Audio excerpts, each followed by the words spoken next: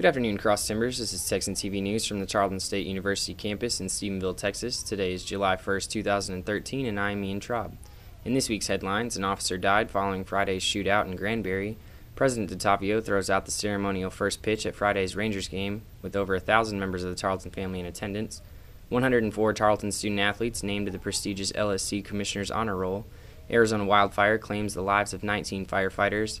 A Vietnam War veteran receives an unusual gift from the doctor who saved his life. The Texas Rangers find the win column thanks to Yu Darvish and a squeeze bunt, as well as today's weather forecast from weather.com. And now for this week's top story. In state news, the Associated Press reports that a gunman and a sheriff's deputy are dead after Friday's shootout in Granbury, while another officer was left injured. Sergeant McLean's visitation will be held at the Baptist Church in Hico tonight from 6 to 9 p.m. The funeral will be held tomorrow at 10 a.m. at Hico's football stadium. Hood County Sheriff's Deputy Sergeant Lance McLean was shot in the head after he responded to a disturbance call at a home near Granbury about 10:45 a.m., said Texas Department of Public Safety Sergeant Lonnie Haischel. The gunman, identified as 49-year-old Ricky Don McComas, then fled in a white van and drove into downtown Granbury. He stopped in the City Hall parking lot near the downtown square and began shooting at officers, hitting Granbury Police Officer Chad Davis in the arm. Davis's injuries were not life-threatening, but he was hospitalized, Haischel said. McComas was shot and killed by officers, Haischel said. A rifle could be seen on the ground near his van a few hours after the shooting as officers continued gathering evidence in an area blocked off by crime scene tape. McComas was arrested in August on allegations of assaulting a teenage girl staying at his home in nearby Joshua, then indicted in April on a sexual assault of a child charge in connection with the alleged incident, the Cleveland Times-Review reported. Court records show McComas missed a court appearance Friday morning and a warrant for his arrest was issued, WFAA TV reported. McLean, who had worked for the Hood County Sheriff's Office for 5 years, died at the John Peter Smith Hospital on Saturday in Fort Worth, Texas. In campus news, Friday night was Tarleton night at the ballpark in Arlington, with over 1,000 Tarleton alumni and students, both current and future, in attendance. Tarleton's president, Dr. F. Dominic DeTavio, threw out the ceremonial first pitch to start off what would be a great night for Tarleton and Rangers fans everywhere. For $30, members of the Tarleton family could enjoy the Rangers game, an all-you-can-eat picnic, a Tarleton at the Ballpark t-shirt, and the overwhelmingly friendly atmosphere that always surrounds a Tarleton gathering. According to Texan News Service staff writer Ryan Cox, after throwing out the first pitch, DeTavio said, quote, "I got it over. I think I did great." In regards to the huge crowd of Tarleton supporters in the stands, DeTavio added, "All of these people here tonight are an indication of school spirit and excitement. It's great to see everyone wearing purple and white. People are fired up to come to Tarleton," DeTavio said.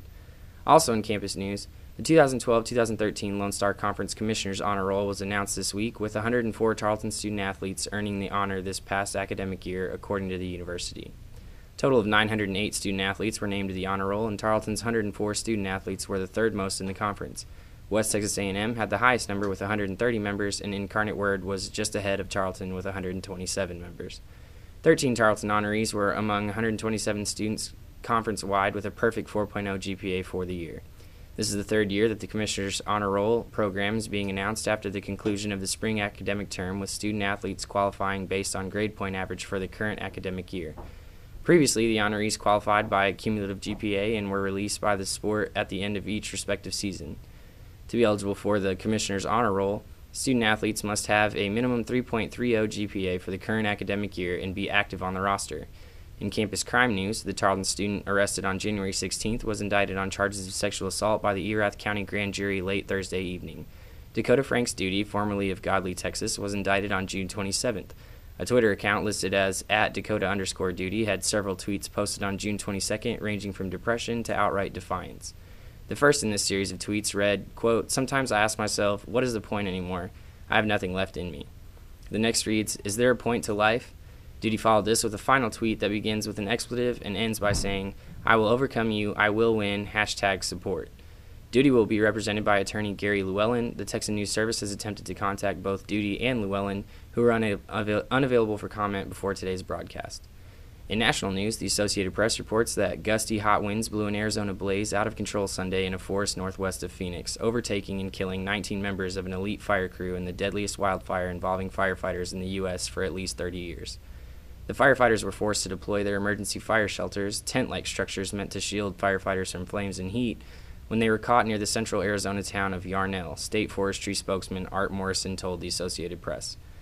The fire started after a lightning strike on Friday and spread to 2,000 acres on Sunday amid triple-digit temperatures, low humidity, and windy conditions. Prescott Fire Chief Dan Frejo said that the 19 firefighters were a part of the city's fire department. "We grieve for the family, we grieve for the department, we grieve for the city," he said at a news conference Sunday evening. "We're devastated. We just lost 19 of the finest people you'll ever meet." The crew killed in the blaze had worked other wildfires in recent weeks in New Mexico and Arizona, Frejo said. "One of the last fail-safe methods that a firefighter can do under those conditions is literally to dig as much as they can down and cover themselves with a protective, kind of looks like a foil-type fire-resistant material with the desire, the hope at least, is that the fire will burn over the top of them and they can survive it," Frejo said. In international news, the Associated Press reports that an American doctor has arrived in Vietnam carrying an unlikely piece of luggage, the bones of an arm he amputated in 1966. Dr. Sam Axelrad flew into the Vietnamese capital Hanoi on Saturday from Houston. He was traveling through central Vietnam with his sons and 2 grandchildren Monday to meet the amputee, Nguyen Quang Hung, a former North Vietnamese soldier. Hung is now 73, said he was shot during an ambush about 46 miles from An Khie in October 1966. After floating down a stream to escape a firefight and then sheltering in a rice warehouse for 3 days, he was evacuated by a U.S. helicopter to Axelrad's No Frills Military Hospital. After Hung was shot in the arm by American troops, Axelrad, then a 27-year-old military doctor, amputated his infected right arm. His medic colleagues boiled off the flesh, reconstructed the arm bones, and gave them to him, he says. Hung was surprised, to say the least, to hear that he will be reunited with his lost limb. "I can't believe that an American doctor took my infected arm, got rid of the flesh, dried it, took it home, and kept it for more than 40 years, he said by telephone last week from his home. "I don't think it's the kind of keepsake that most people would want to own, but I look forward to seeing him again and getting my arm bones back." In sports, the Associated Press reports that Yu Darvish brought the Heat to win for the first time in 8 starts as the Texas Rangers squeezed out a series-clinching victory. Relying heavily on his four-seam fastball, Darvish struck out 8 in 6 2/3 scoreless innings, and the Rangers scored twice on a squeeze bunt in a 3-2 victory over Matt Latos and the Cincinnati Reds on Sunday. Darvish won for the first time since May 16th, ending his longest professional winless drought. The AL West leading Rangers have won 10 of 13 games since a 6-game losing streak. Cincinnati has lost 7 of 9. And in weather, today's forecast calls for a high of 88 degrees and a low of 61 under mostly sunny skies and a 10% chance of precipitation. This has been a production of Texan TV News, a product of the Texan News Service.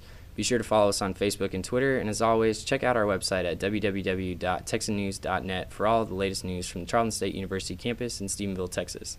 I'm Troub, reminding you, as always, bleed purple, stay classy, my friends.